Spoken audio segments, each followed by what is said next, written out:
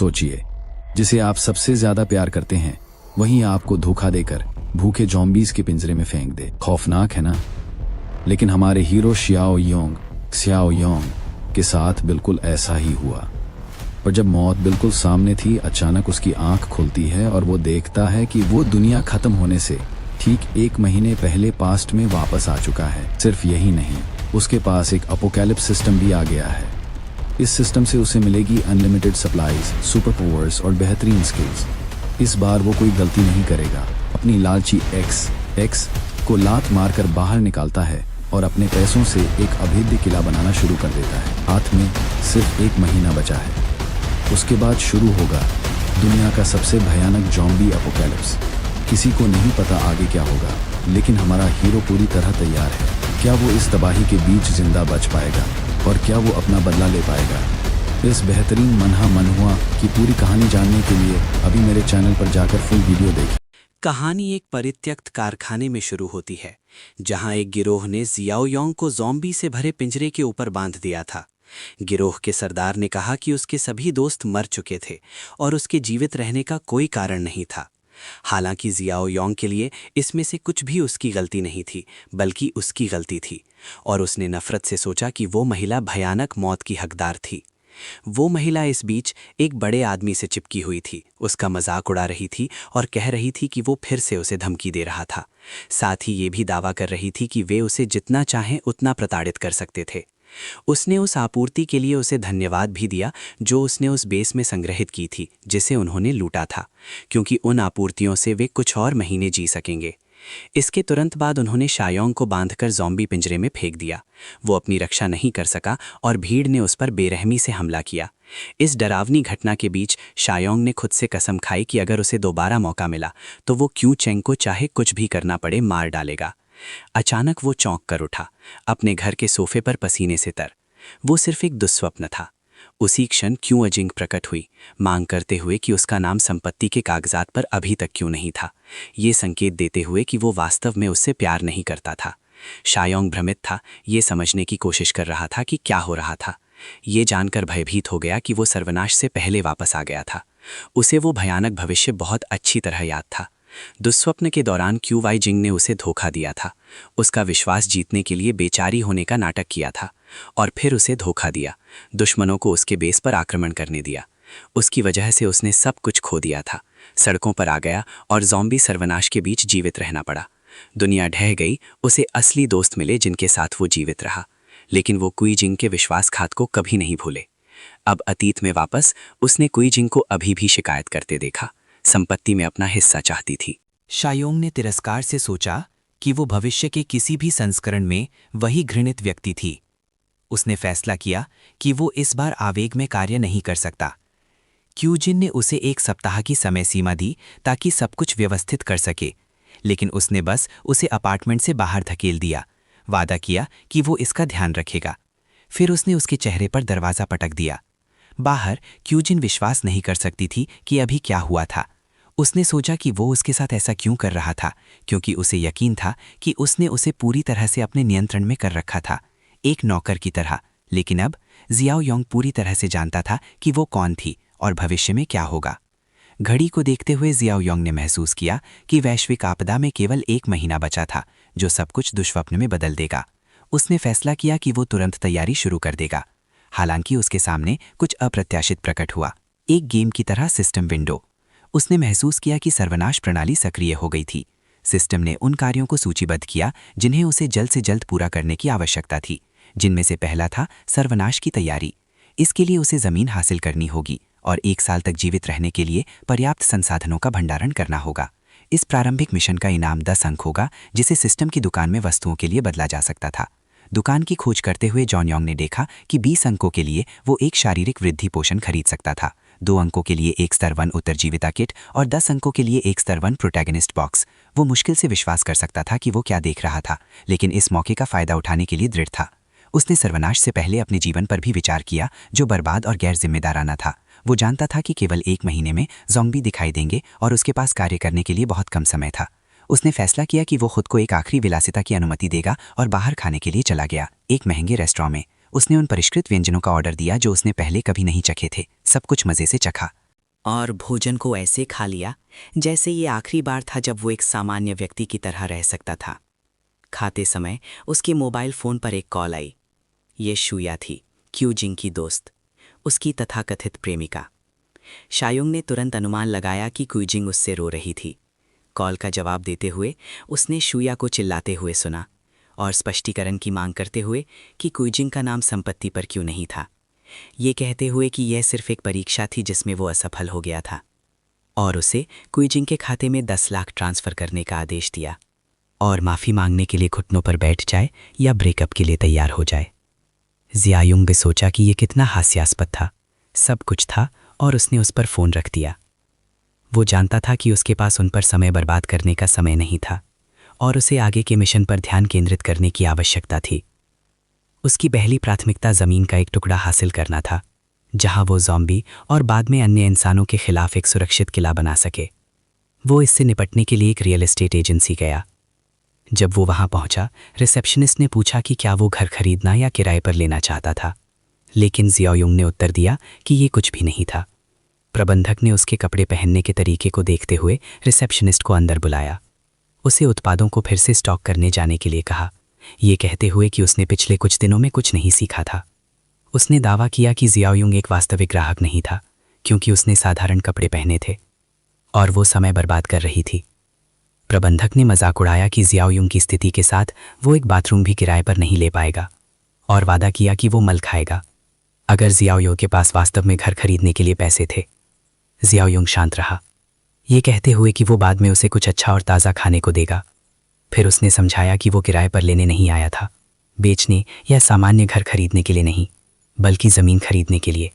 जब उसने अपना ब्लैक कार्ड दिखाया, हर कोई उसकी क्रय शक्ति से चौंक गया। रिसेप्शनिस्ट जल्दी से उसकी मदद करने लौटी, उसे अपने पीछे चलने के लिए कहा। उपलब्ध भूखंडों की विस्तृत प्रस्तुति के लिए। इस बीच प्रबंधक ने जोर देकर कहा कि जियाओयोंग सिर्फ दिखावा करना चाहता था, संदेह करते हुए कि उसके पास वास्तव में पैसे थे। फिर भी उसने उसे विभिन्न भूमि विकल्पों वाली एक सूची दिखाई, स्थानों विशेषताओं को उजागर करते हुए ताकत और कमजोरियां, ताकि वो सावधानी से चुन सके कि कहां से शुरू करना है। सर्वनाश से बचने की तैयारी। जियाओयोंग ने कहा कि उसे आगे स्पष्टीकरण की आवश्यकता नहीं है और एजेंट से केवल उन सभी भूमि विकल्पों को सूचित करने को कहा जो उसकी इच्छा से मेल खाते थे।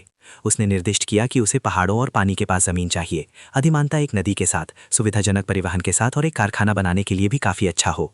प्रबंधक जू ने एजेंट को टोकते हुए कहा कि वे आवश्यकताएं पूर्वी जिले के भूखंडों से बिल्कुल मेल खाती थीं, लेकिन महिला ने तर्क दिया कि यह असंभव था क्योंकि वहां केवल अधूरे थे, परित्यक्त कारखाने थे जिनका कोई स्पष्ट समाधान नहीं था, जिससे किसी भी गंभीर ग्राहक को उन्हें बेचना असंभव हो गया था।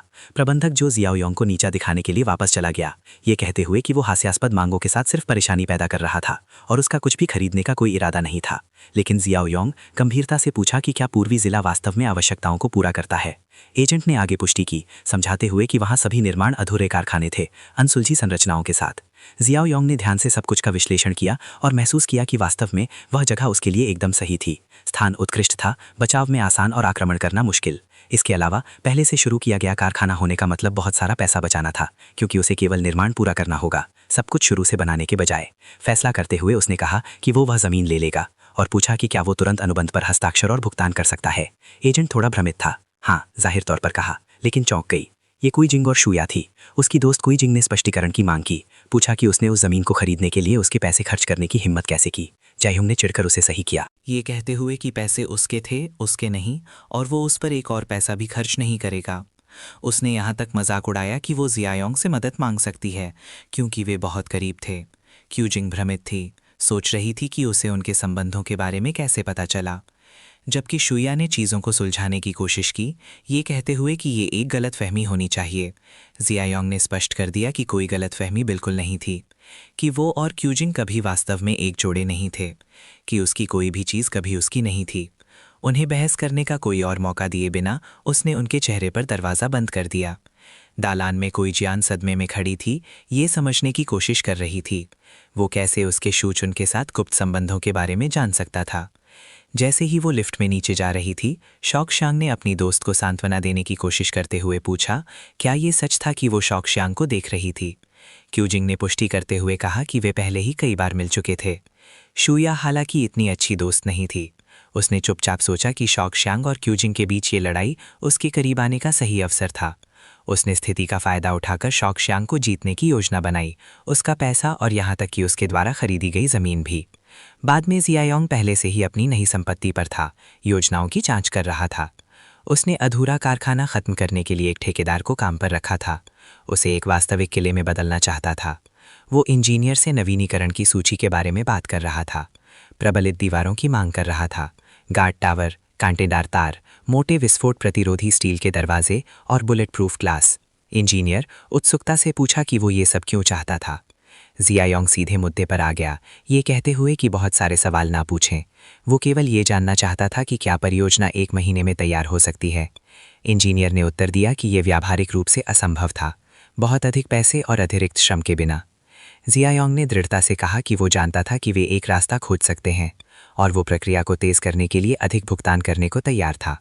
इंजीनियर ने समझाया कि इसके लिए उन्हें कम से कम और 20 मिलियन की आवश्यकता होगी, जिसमें 5 मिलियन अग्रिम भुगतान होगा। जियाओयोंग ने सहमति जताते हुए कहा कि वो उसी दिन ट्रांसफर कर देगा और गारंटी दी कि वो भुगतान करने में विफल नहीं होगा। उसने यहाँ तक कहा कि अगर वो भुगतान नहीं कर सका तो ठेकेदार मुआवजे के रूप में जमीन रख सकता था।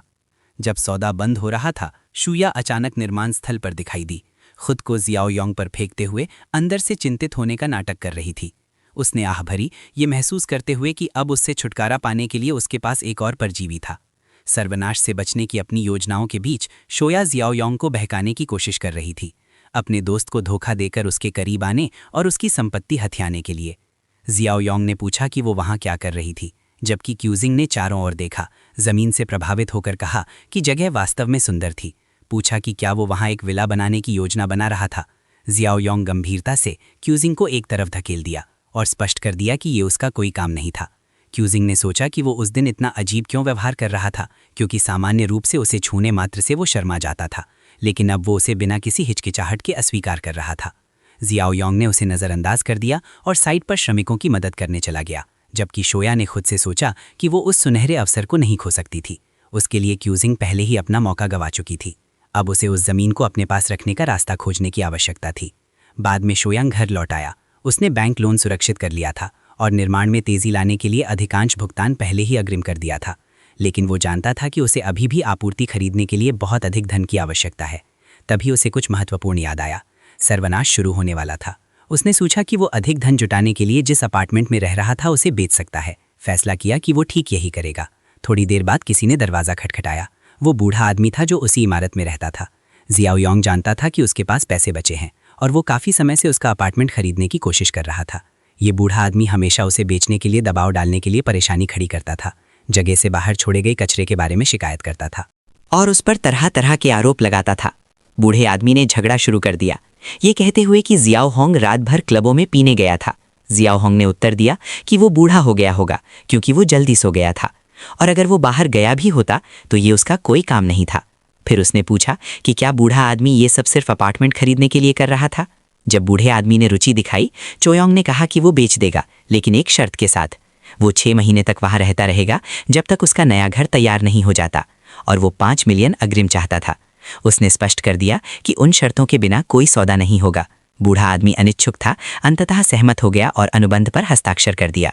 जियाओहोंग को चेतावनी दी कि बाद में पछताना नहीं। जियाओहोंग इस बीच विडंबना ये सोची कि ये अच्छा था कि बूढ़ा आदमी वहाँ होगा, मौत की प्रतीक्षा कर रहा होगा, जबकि वो अपनी योजनाओं को अंजाम दे रहा था। इस तरह जियाओहोंग ने कुल 8 मिलियन जुटाने में कामयाबी हासिल की। बैंक लोन से 3 मिलियन और अपार्टमेंट बेचने से 5 मिलियन। पैसे हाथ में होने के बाद वो जानता था कि उसे अगले चरण में जाने की आवश्यकता है, पूरे 1 साल के लिए आपूर्ति खरीदना। उसे मिशन के पहले भाग को पूरा करने के लिए सिस्टम पुरस्कार भी मिला। जमीन सुरक्षित कर रहा था। समय बर्बाद किए बिना वो जितना हो सके उतना खरीदने के लिए दुकान पर गया।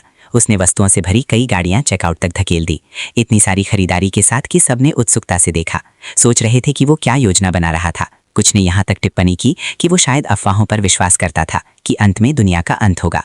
वो मिशन के उस हिस्से को पूरा करने में कामयाब रहा और सिस्टम में और 10 अंक प्राप्त किए। उसने सोचा कि सर्वनाश के दौरान बढ़ी हुई विशेषताओं का होना आवश्यक होगा, और प्रोटैगनिस्ट बॉक्स की कीमत ठीक 10 अंक थी। बिना किसी हिचकिचाहट के उसने बॉक्स खरीदा और पुरस्कार के रूप में एक स्थानिक अंगूठी प्राप्त की।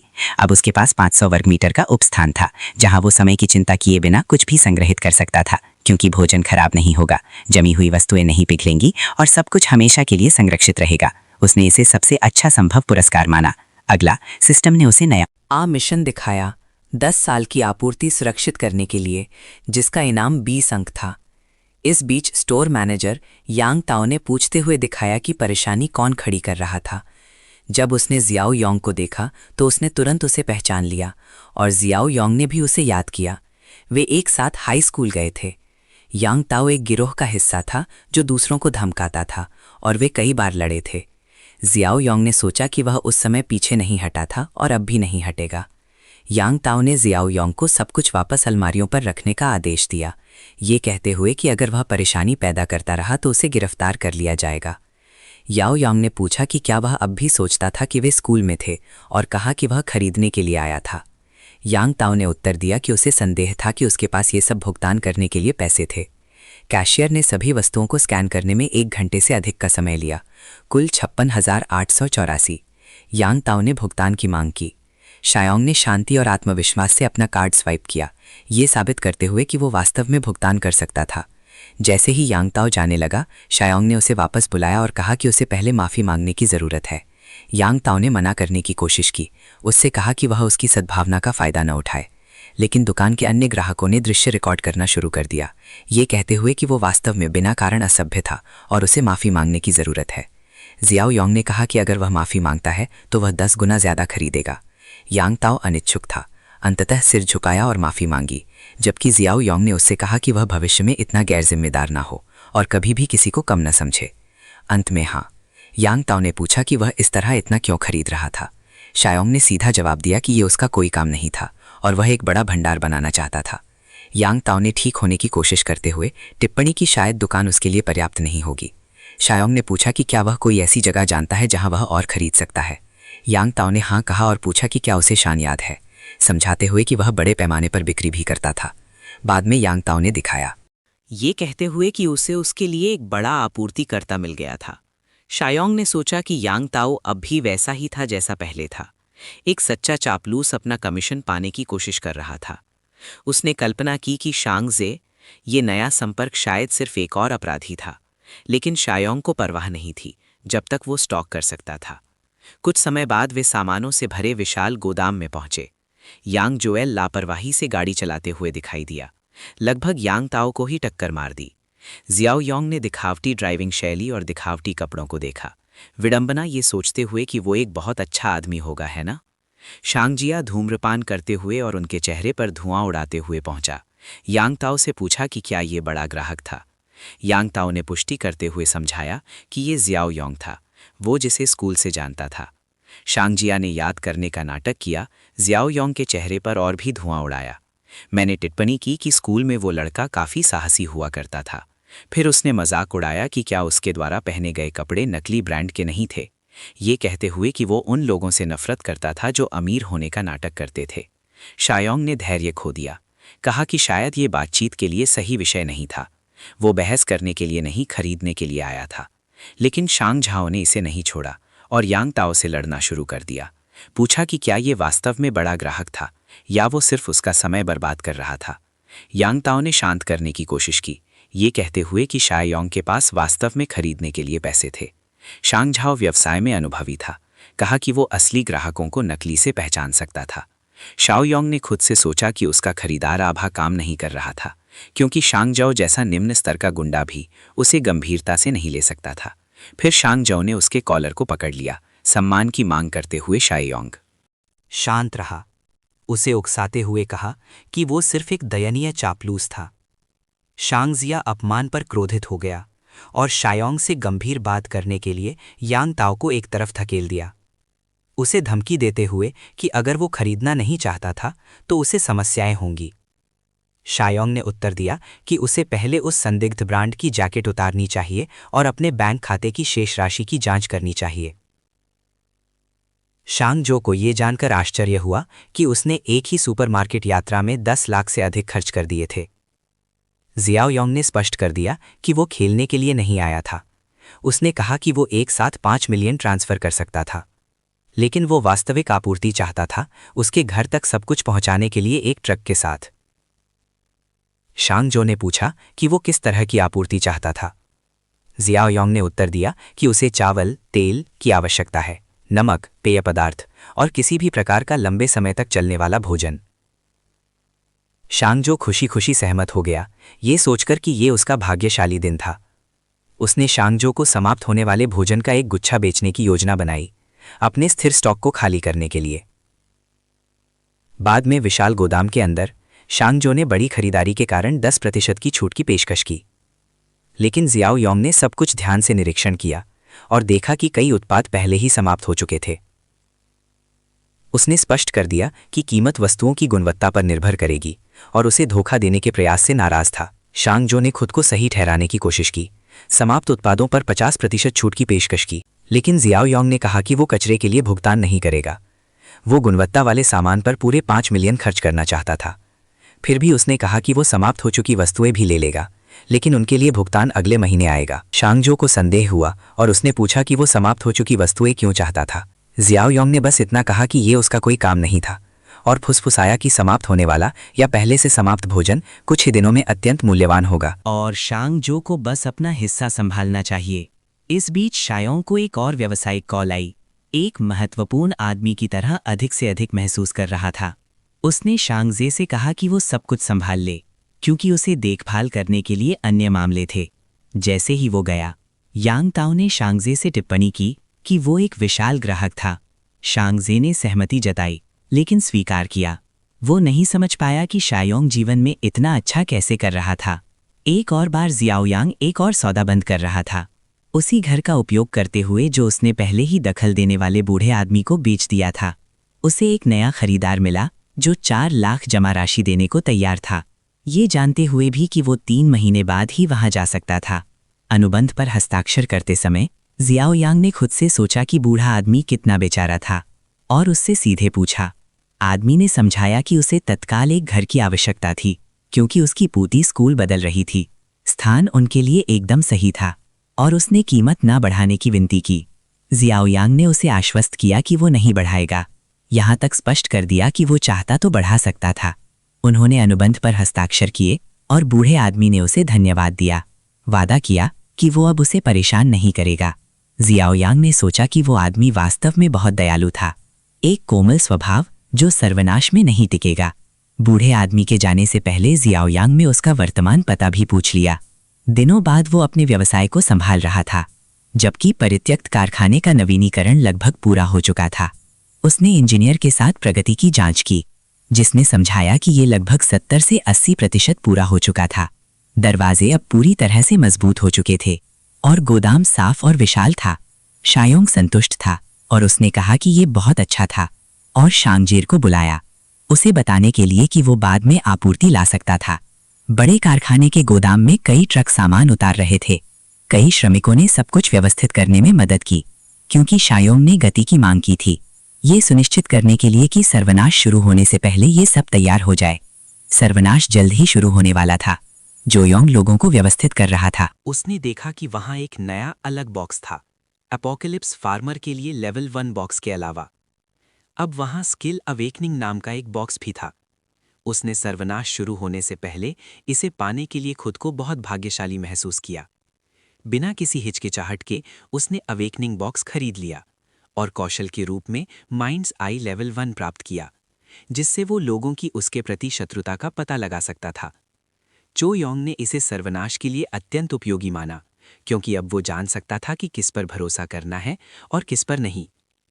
इसके तुरंत बाद उसके लिए आर्म्ड टू द टीथ नामक एक नया मिशन आया, जिसके लिए उसे जितना संभव हो सके खुद को हथियार बंद करने की आवश्यकता थी। वादा किया गया इनाम एक और 10 अंक और एक यादृच्छिक वस्तु थी। जियान के लिए ये एकदम सही था, क्योंकि वो पहले से ही ठीक ऐसा करने की योजना बना रहा था। उस रात बाद में वो ब्लैक मार्केट गया। उसने पाया कि लोग वहां कैसे व्यवहार करते हैं, ये उत्सुक था, जैसे कि ये कोई सामान्य बाजार हो। किसी ने हुड नहीं पहना था या अपना चेहरा छिपाने की कोशिश नहीं की थी। यहां तक कि लोग खुलेआम नशीले पदार्थ और हथियार बेच रहे थे।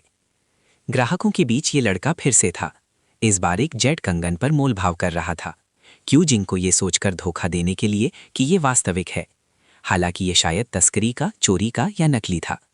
जियाओ योंग जो हथियार खरीद रहा था, तिरस्कार के साथ देखा, ये सोचते हुए कि अतीत में वो भी संदिग्ध सौदे किया करता था। उसने सोचा कि ये शर्म की बात थी कि कोई जिंग इस तरह की चाल में फंस सकती है। अपने लक्ष्य पर केंद्रित रहते हुए जियाओ योंग को अंततः वो मिल गया जो वो चाहता था, हथियार। उसने छोटी दुकान पर प्रदर्शित चाकुओं की जांच की, लेकिन विक्रेता से पूछा कि क्या कुछ भारी नहीं था।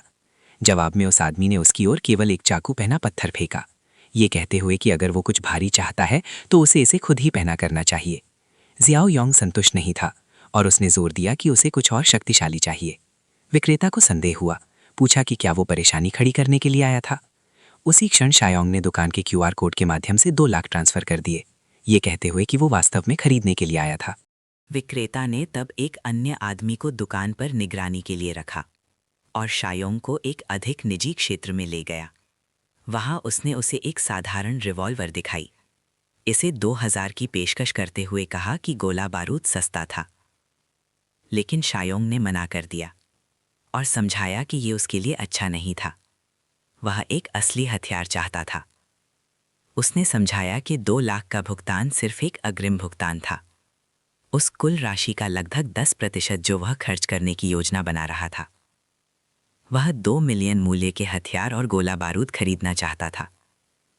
विक्रेता आश्चर्यचकित और सतर्क था, पूछा कि वह काम के लिए क्या करता है। जियाओ योंग ने उत्तर दिया कि वह आमतौर पर तुच्छ मामलों को खुद नहीं संभालता था और उसके अधीनस्थ ऐसा करते थे। लेकिन अब वह बदलावों से गुजर रहा था और वो नहीं चाहता था कि विक्रेता और सवाल पूछे। विक्रेता सहमत हो गया और उसने एक पल मांगा। उसने दरवाज़ा बंद कर दिया, खिड़कियां बंद कर दी और कहा कि शायोंग ने उस तरह के सौदे के लिए सही आदमी ढूंढ लिया था। फुसफुसाते हुए उसने उसे वो सूची लिखने को कहा जो वो चाहता था। उसने उसे एक पता भी दिया और उसे अगले दिन आधी रात को वहां जाने के लिए कहा, सौदा पूरा करने के लिए, बाद में सारा पैसा लेकर। जब दुकान से बाहर निकला, विक्रेता द्वारा जियाओ योंग के साथ बहुत सम्मान के साथ व्यवहार किया गया। उसने तब उसी आदमी को ब्लैक मार्केट में पहले की तरह देखा, एक और वस्तु पर मोलभाव कर रहा था और उसने उन लोगों पर विचार करना शुरू कर दिया जिनके साथ उसने व्यवहार किया था। उसने देखा कि ब्लैक मार्केट में हमेशा परिचित चेहरे होते थे। लोग हथियारों से लेकर नकली गहनों तक सब कुछ व्यापार कर रहे थे। वह जानता था कि कई लोग दूसरों को धोखा देने के लिए वे नकली गहने खरीदते थे, जैसे कि जिंग। जियाओ योंग ने अपनी माइंड्स आई का परीक्षण करने का अवसर लिया। उसने विक्रेता की जांच की और देखा कि वह बिक्री से शांत और प्रसन्न था। लेकिन जब उसने एक अन्य खरीदार को देखा जो अहंकार से उसे घूर रहा था, उसने स्पष्ट रूप से शत्रुता देखी। उसके सिर के ऊपर आइकन शायोंग ने इस क्षमता को अत्यंत उपयोगी पाया, क्योंकि अब वह जानता था कि कौन खतरा पैदा करता था। नकली गहनों के सौदे को देखते हुए शायोंग ने सोचा कि यह वास्तव में घृणित था। कितने लोग बिना अपराध बोध के दूसरों को धोखा देने को तैयार थे। दुकानदार ने तनावपूर्ण माहौल देखा और पूछा कि क्या वो उस ग्राहक को जानता था। शायोंग ने हाँ कहा कि वो उसके लिए एक दुश्मन की तरह अधिक था। विक्रेता ने उस आदमी को सबक सिखाने का वादा किया। जियाओ योंग हालांकि उनसे कहा कि उसे मारे नहीं, क्योंकि उसके पास उसके लिए योजनाएं थीं। उसके बाद दुकान के कर्मचारी शत्रुतापूर्ण खरीदार के पीछे चले गए, जो घबरा गया और बातचीत करके बाहर निकलने की कोशिश की। अंत में उसे ब्लैक मार्केट से बाहर फेंक दिया गया, घायल और जूतों के निशानों से ढका हुआ, गरजते हुए कि ये सब जियाओ योंग की गलती थी और एक दिन वो बदला लेगा। 2 दिन बाद जियाओ योंग के बेस पर उसे अंततः उसके हथियार मिले। Armed to the teeth mission पूरा हो गया था, जिससे उसे सिस्टम में और 10 अंक मिले। कुल 20 अंकों के लिए उसके पास अब पिस्तौलें थीं, सब मशीन गन, बहुत सारा गोला बारूद और उसे एक अतिरिक्त पुरस्कार भी मिला, एक स्तर 2 शारीरिक वृद्धि पोषण। जायहोंग इसके बारे में बहुत उत्साहित था, क्योंकि पोषण का दुकान में उपलब्ध पोषणों की तुलना में दुगना प्रभाव था। बिना किसी हिचकिचाहट के उसने इसे खुद पर इस्तेमाल किया, अपने सिस्टम की जांच करते हुए। वो जानता था कि एक सामान्य वयस्क पुरुष के पास लगभग 5 फिजिक पॉइंट होते हैं, 2 और पॉइंट से ताकत 40% बढ़ जाती है।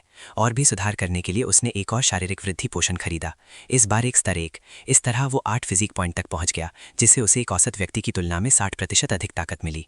उसने इसका परीक्षण करने का फैसला किया। उसने एक स्टील बार को पकड़ा और एक ही किक से न केवल उसे मोड़ा, बल्कि उसे दीवार में भी गाड़ दिया। जियाओ योंग ने संतुष्टि के साथ सोचा कि इस ताकत के साथ वो किसी भी लड़ाई में किसी से नहीं हारेगा, ना ही ज़ॉम्बी से डरेगा, क्योंकि हथियारों ने ज़्यादा जगह नहीं ली। उसने उन सभी को अपनी स्थानिक अंगूठी में संग्रहित कर लिया उसने सोचा कि परसों सर्वनाश का पहला दिन होगा। मानसिक रूप से समीक्षा की कि उसे और क्या करने की आवश्यकता थी। तभी उसे एक बूढ़ा आदमी याद आया जो हमेशा उसके प्रति दयालु था, उस सब के बाद भी जिससे वो गुजरा था। ये जानते हुए कि इंसान कितने विश्वासघाती हो सकते हैं, जियाओ योंग ऐसे किसी को अनदेखा नहीं कर सकता था। उसने उसे कुछ आवश्यक आपूर्ति भेजने का फैसला किया, उसे जीवित रहने का बेहतर मौका देने के लिए। ये उस एहसान को चुकाने का एक तरीका था जो उसके द्वारा उसे वित्त पोषित किया गया था। अगली सुबह जियाओ योंग बूढ़े आदमी के घर गया। वो जीपीएस होने के लिए आभारी था, क्योंकि उस छोटे से घर को ढूंढना काफी मुश्किल था। सीढ़ियां चढ़ते हुए जियाओ योंग ने सोचा कि बूढ़ा आदमी वास्तव में अच्छे स्वास्थ्य में नहीं था। यही कारण था कि वो स्थानांतरित करने के लिए इतना उत्सुक था। दस्तक देने से पहले ही उसने सोचा कि बेहतर होगा कि वो आपूर्ति बाहर ही छोड़ दे, क्योंकि वो ये नहीं समझाना चाहता था कि वो उन्हें बाद में स्थानिक अंगूठी से कैसे बाहर निकालेगा। इसीलिए उसने ध्यान से सभी बक्सों को अंगूठी से बाहर निकाला और उन्हें जमीन पर रख दिया। जब बूढ़े आदमी ने दरवाज़ा खोला, उसके चेहरे पर एक ऐसे व्यक्ति की अभिव्यक्ति थी जो किराए के लिए पूछे जाने की उम्मीद कर रहा था।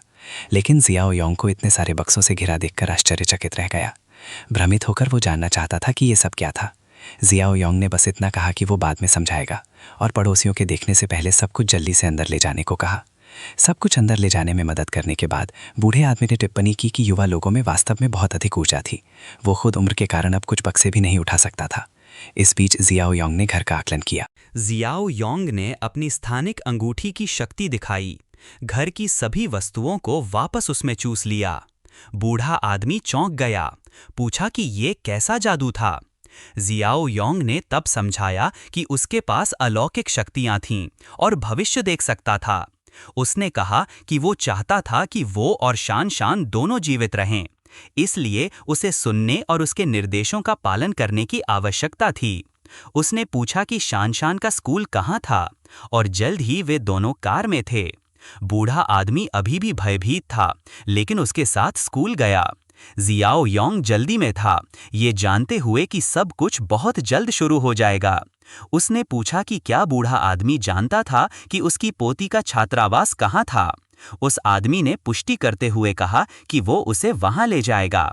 इस बीच स्कूल के प्रवेश द्वार पर शानशिन के साथ मारपीट की जा रही थी। एक लड़की इसलिए गुस्से में थी क्योंकि जिस लड़के को वो पसंद करती थी उसकी रुचि शानशिन में थी। उसके चेहरे पर थप्पड़ मारा। शानशिन ने समझाने की कोशिश की कि ये सब एक तरफा था, कि उसने पहले ही उसे बता दिया था कि वो उसके साथ नहीं रहेगी। लेकिन एक और लड़की आई और उसे लात मारी, ये कहते हुए कि ये सिर्फ एक बहाना था। हमलावर उसका अपमान करते रहे, जब अचानक जियाओ योंग और उसके दादा दिखाई दिए। उन्हें पीछे हटने का आदेश दिया, लेकिन बदमाशों की रक्षा करने वाला समूह दिखाई दिया, चाकू और बेसबॉल बल्लों से लैस, जिससे स्थिति खतरनाक हो गई। फिर भी बूढ़े आदमी ने संकोच नहीं किया और उन पर झपटा, जब एक लड़के ने बल्ले से उसे मारने की कोशिश की। जियाओ योंग ने स्विंग पकड़ ली और शांति से पूछा कि क्या वे अपने बड़ों के साथ ऐसा व्यवहार करते हैं। बदमाशों ने उसका मजाक उड़ाया, ये सोचकर कि वे आसानी से उसे संभाल सकते हैं। लेकिन जियाओ योंग डरा नहीं था। पहले हमलावर को एक किक से उड़ा दिया गया। अन्य दो और अधिक सतर्क हो गए जब उन्होंने महसूस किया कि वो अच्छी तरह से प्रशिक्षित था। यहाँ तक कि एक चाकू और दूसरा बल्ला लिए हुए घिरा हुआ था। जियाओ योंग शांत रहा। उसने बल्ले के स्विंग को आसानी से चकमा दे दिया। देखा कि शारीरिक वृद्धि की बदौलत उसकी सजगता में सुधार हुआ था। बल्ले वाले प्रतिद्वंदी को पकड़कर उसने उसे जमीन पर जोर से पटका, उसे तुरंत बेहोश कर दिया।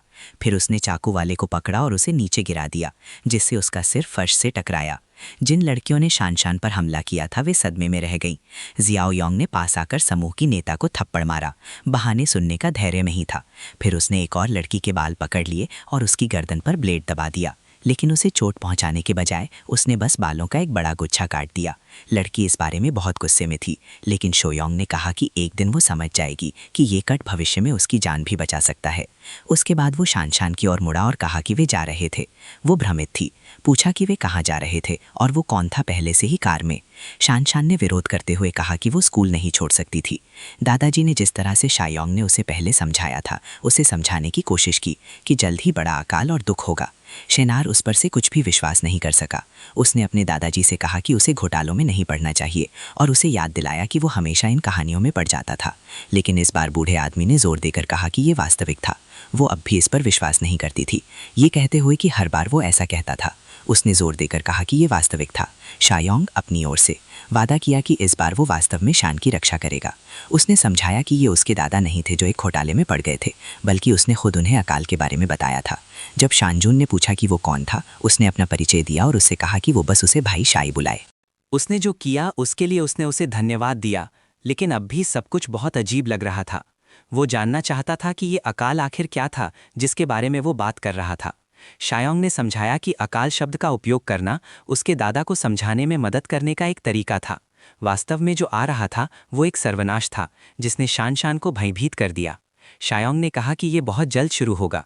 कुछ ही सेकंड में उसने उससे अपना फ़ोन जांचने को कहा, ये कहते हुए कि समाचार और वीडियो पहले से ही दिखाई देने लगेंगे जो हो रहा था उसके बारे में।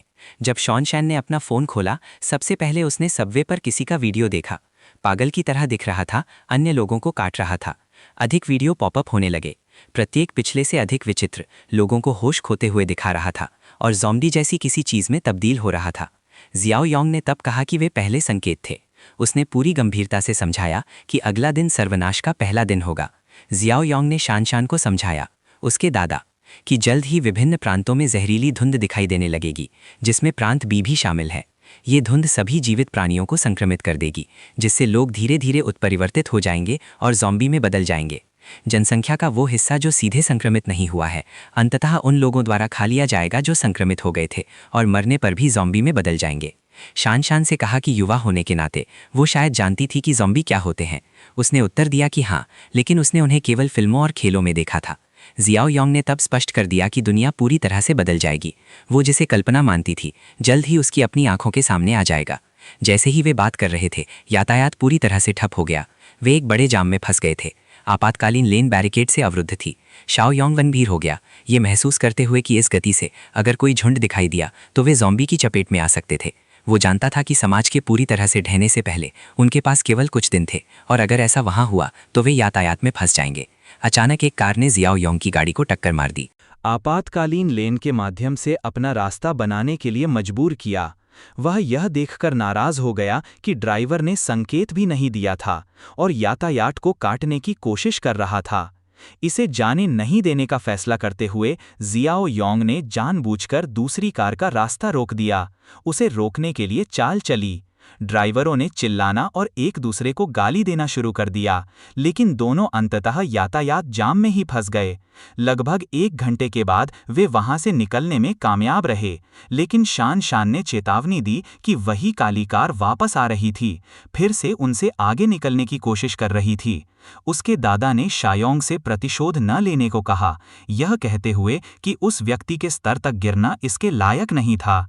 लेकिन शियोन ने उत्तर दिया कि सामान्य समय में वह इसे जाने दे सकता था, लेकिन अगले दिन सर्वनाश शुरू होने के साथ वह इसे बर्दाश्त नहीं करेगा। फिर उसने गति बढ़ाई और दूसरे कार को टक्कर मार दी, उसे सड़क से हटकर किनारे पर ले जाने के लिए मजबूर किया। दूसरा ड्राइवर अपनी बर्बाद कार के साथ गुस्से में बाहर निकला। जियाओ योंग की लाइसेंस प्लेट लिखने की कोशिश कर रहा था, लेकिन वह पहले ही गायब हो चुका था। सूट में आदमी अभी भी चिल्लाया कि उसने गलत आदमी से पंगा ले लिया है। उस रात बाद में लंबे ट्रैफिक जाम के बाद आखिरकार वे जियाओ योंग के बेस पर पहुंचे। शान और उसके दादा जगह के आकार से प्रभावित थे। जियाओ योंग ने उनसे कहा कि उन्हें आराम करना चाहिए क्योंकि अगले दिन उन्हें बहुत कुछ करना होगा। अगली सुबह जियाओ योंग कॉफी पी रहा था और दृश्य देख रहा था, जबकि शान ने शरीर को तानते हुए टिप्पणी की कि उसने लंबे समय में इतनी अच्छी नींद नहीं ली थी और यह अच्छा था कि उसे स्कूल नहीं जाना था। जियाओ योंग ने कहा कि चूंकि वो उठ गई थी, उन्हें किले का निरीक्षण करना चाहिए। उसने समझाया कि दीवारें सिर्फ कंक्रीट की नहीं थीं, बल्कि बख्तरबंद और प्रबलित भी थीं। द्वार शुद्ध स्टील का बना था, 3 सेंटीमीटर से अधिक मोटा, और डिजिटल रूप से नियंत्रित था ताकि किसी भी आक्रमण को रोका जा सके। उसने शुरू से ही स्पष्ट कर दिया कि अनुमति के बिना उन तीनों के अलावा कोई भी प्रवेश नहीं कर पाएगा। शॉन ने तब पूछा कि अगर उन्हें जीवित बचे हुए लोग मिलते हैं तो वे क्या करेंगे, मदद मांगते हुए। जियाओ योंग ने उसे अपने साथ आने के लिए कहा ताकि वो बेहतर ढंग से समझा सके। जैसे ही वे बाहर चले गए, उसने उसे बताया कि सर्वनाश के दौरान इंसान का दिल अप्रत्याशित हो जाएगा। उसने कहा कि जब समाज ढह जाता है तो लोगों का असली स्वभाव सामने आ जाता है, स्वार्थ और क्रूरता का पता चलता है। उसने उसे किले के बाहर एक क्षेत्र दिखाया, समझाते हुए कि उसने जीवित बचे लोगों के लिए एक अस्थायी आश्रय बनाया था। वे वहां रह सकते थे, लेकिन किसी भी परिस्थिति में उन्हें मुख्य किले में प्रवेश करने की अनुमति नहीं दी जाएगी। फिर वो उन्हें भोजन भंडारण में ले गया, विस्तार से बताते हुए कि विभिन्न प्रकार की आपूर्तियां किन वर्गों में रखी गई थीं। भंडारण में प्रवेश करने से पहले जियाओ योंग ने यह जांचने के लिए अपनी माइंड्स आई का उपयोग किया कि क्या वो उन दोनों पर भरोसा कर सकता है। उसने देखा कि वे वास्तव में उस पर भरोसा करते थे। फिर अपनी स्थानिक अंगूठी का उपयोग करते हुए उसने हथियारों से भरे बक्से निकाले और समझाया कि सर्वनाश में आयुध आवश्यक था। सब कुछ नियंत्रण में रखना महत्वपूर्ण था, हथियारों को गलत हाथों में जाने से रोकने के लिए। दादाजी तुरंत उससे सहमत हो गए। अचानक जियाओ यांग के सिस्टम में एक नया मिशन दिखाई दिया। इसे सक्रिय करने की शर्त शान शान से मिलना था और अब इसने पुराने साथियों नामक कार्यों की एक श्रृंखला शुरू कर दी। अगला मिशन उसके पूर्व सहयोगी झांग ची को बचाना था और उसे पुरस्कार के रूप में 20 अंक मिलेंगे। सिस्टम में एक बड़ा तीर दिखाई दिया, झांग ची के सटीक स्थान का संकेत दे रहा था। उसी क्षण जियाओ योंग ने उन दोनों से कहा कि उसे तुरंत जाने की आवश्यकता है, किले के लिए एक और व्यक्ति को भर्ती करने के लिए।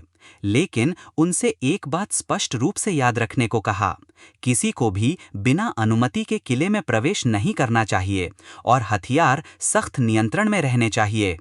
इस बीच एक कराओके बार में झांग ची कुछ दोस्तों के साथ मजे कर रहा था, गा रहा था और पी रहा था। एक समय पर वह एक दोस्त के साथ बाथरूम और पेय लेने के लिए बाहर गया। गलियारे में एक लड़की गलती से उससे टकरा गई, हालांकि यह उसकी गलती थी। जोंग ची ने माफी मांगी, लेकिन उसके साथ वाले आदमी को गुस्सा आया और उसे धक्का दे दिया। उससे कहा कि देख कर चले। जोंग ची के दोस्त ने पूछा कि क्या वह ठीक था और टिप्पणी की कि वह आदमी पागल लग रहा था, बिना वजह लड़ना चाहता था। आक्रामक आदमी गुस्से में था, दोस्त को भी धमकाया, उसके कॉलर से पकड़कर। तभी एक कराओके कर्मचारी लड़ाई को तोड़ने के लिए दिखाई दिया, उन्हें रोकने को कहा। आक्रामक आदमी कर्मचारी की ओर मुड़ा, पूछा कि क्या वह उसे छूकर अपना अपमान कर रहा था। कर्मचारी शांत रहा और उन्हें जाने को कहा। गुस्से में ग्राहक के साथ सब कुछ संभालने का वादा किया। इस बीच झांग ची और उसके दोस्त ने जल्दी से निकलने का मौका इस्तेमाल किया। जब वे कमरे में वापस आए, उनके दोस्तों ने पूछा कि क्या हुआ था। दोस्त ने समझाया, वे गलियारे में लगभग लड़ने ही वाले थे। जोंग ची ने इसे कम करके आंकने की कोशिश की, ये कहते हुए कि ये कुछ भी नहीं था और ये पहले ही समाप्त हो चुका था। सुझाव दिया कि वे रात का आनंद लेना जारी रखें, लेकिन ये वास्तव में समाप्त नहीं हुआ था। थोड़ी देर बाद आक्रामक आदमी लौटा, इस बार अपना पूरा गिरोह लेकर आया और वो कर्मचारी भी जिसने लड़ाई को तोड़ने की कोशिश की थी, अब स्पष्ट रूप से पीटा हुआ था।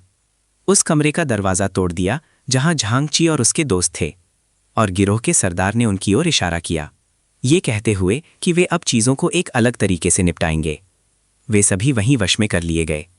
झांग ची के एक दोस्त ने पूछा कि वे ऐसा क्यों कर रहे थे, लेकिन गिरोह के सरदार ने बात नहीं करना चाहा और उसके सिर पर विस्की की बोतल पटक दी, उसे नीचे गिरा दिया। जोंग ची चिल्लाया अपने दोस्त के लिए, जिसका नाम चोंग था, उसकी मदद करने की कोशिश कर रहा था।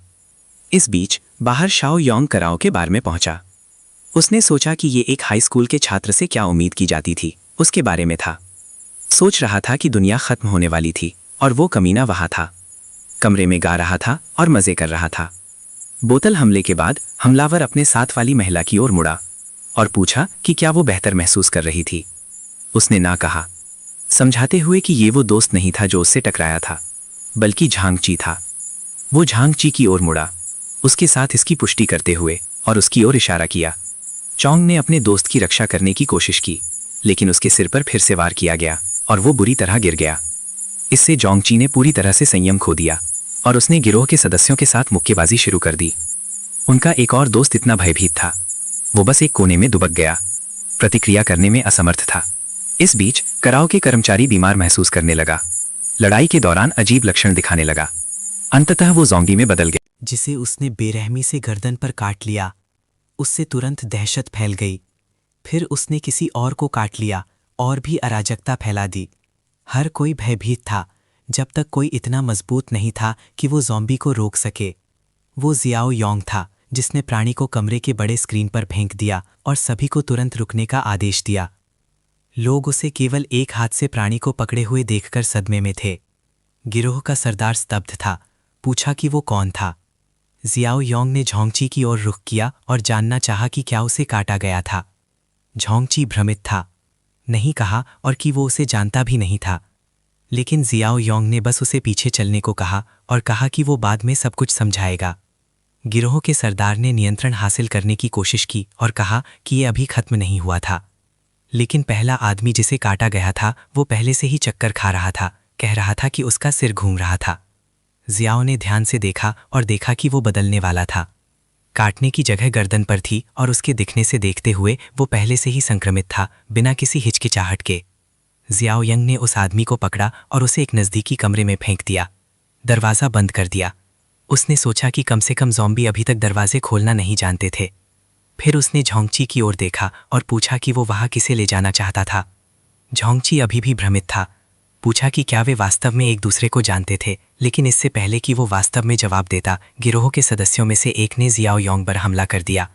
उसने उस आदमी को पकड़ा और उसका चेहरा एक ग्लास टेबल पर पटक दिया। एक और संक्रमित व्यक्ति ने भी उस पर हमला करने की कोशिश की, लेकिन जियाओ योंग ने एक ही मुक्के से उसे बेहोश कर दिया। अन्य लोग डर गए थे, झटके के बाद अपने दोस्त को फर्श पर ऐंठते देख।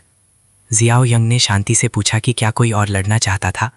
किसी ने उत्तर नहीं दिया। फिर उसने झोंगची से कहा कि उन्हें जल्द से जल्द वहां से निकलने की आवश्यकता थी। बाद में झोंगची और उसके दोस्त जल्दी से कमरे से बाहर निकले। गिरोह ने भी ऐसा करने की कोशिश की, लेकिन जियाओ योंग ने दरवाज़ा बंद कर दिया, ये कहते हुए कि उन्होंने उसके एक दोस्त को लगभग मार ही डाला था। बिना हटे उसने गिरोह के सरदार को पकड़ा और उसे वापस कमरे में फेंक दिया। उसे और ज़ॉम्बी को अंदर बंद करके। बाहर वे अभी भी बंद कमरे से चीखें सुन सकते थे। कर्मचारियों में से एक दिखाई दिया। पूछा कि क्या हो रहा था।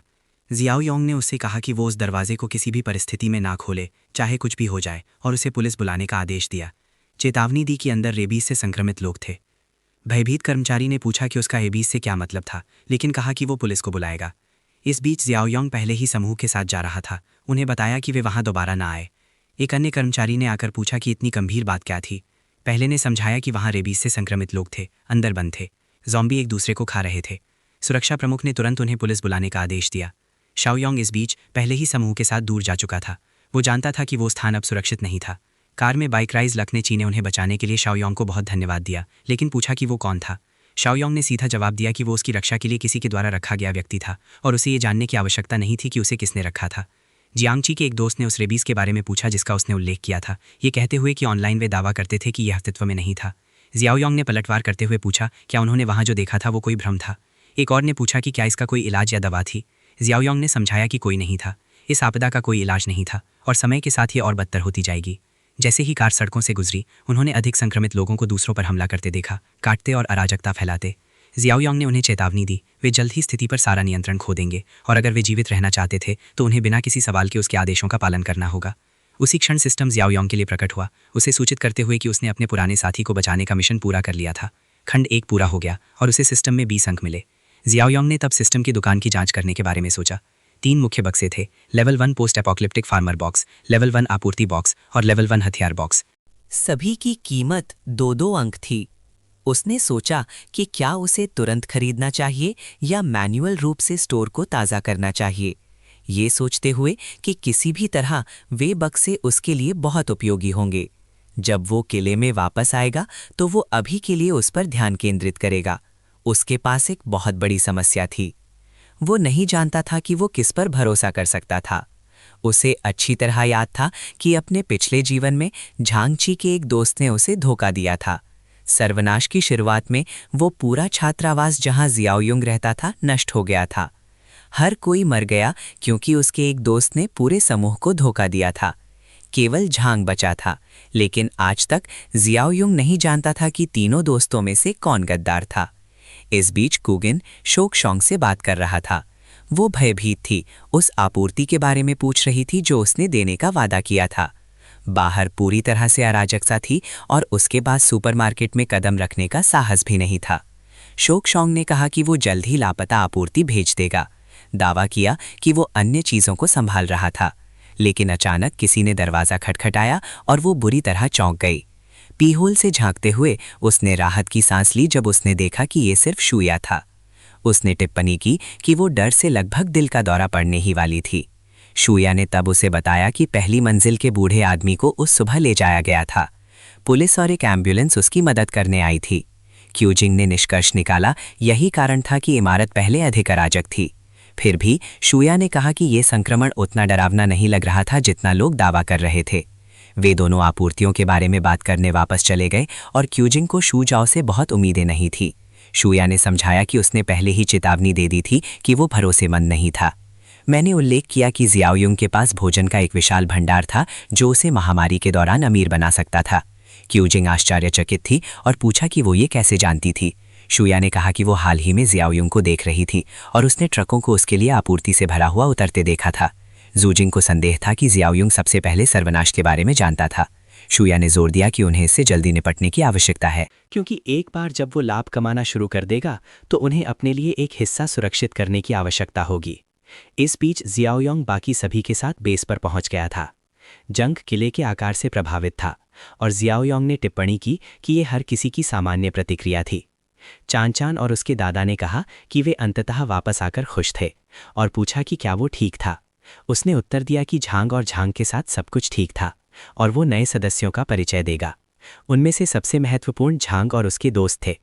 उन सभी का परिचय कराया गया और शान ने उनका स्वागत किया। शाओ ने पूछा कि क्या शेंग उन्हें किला दिखा सकता है और नियम समझा सकता है। शेंग तुरंत तैयार हो गया। हालांकि नए आने वालों में से आखिरी, जो कोने में अधिक अलग थलग था, पूछा कि क्या वे रक्षा में मदद करने के लिए हथियार प्राप्त कर सकते थे। जियाओयुंग ने बस उसे एक कठोर नज़र दी। भारी भरकम दोस्त ने उसे चेतावनी दी कि हथियार मांगना बहुत जल्दी था, क्योंकि उन्हें पहले विश्वास अर्जित करने की आवश्यकता थी।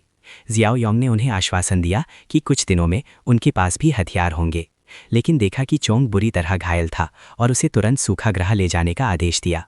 बाद में झांग और उसके दोस्त स्नान कर रहे थे, बहुत बेहतर महसूस कर रहे थे।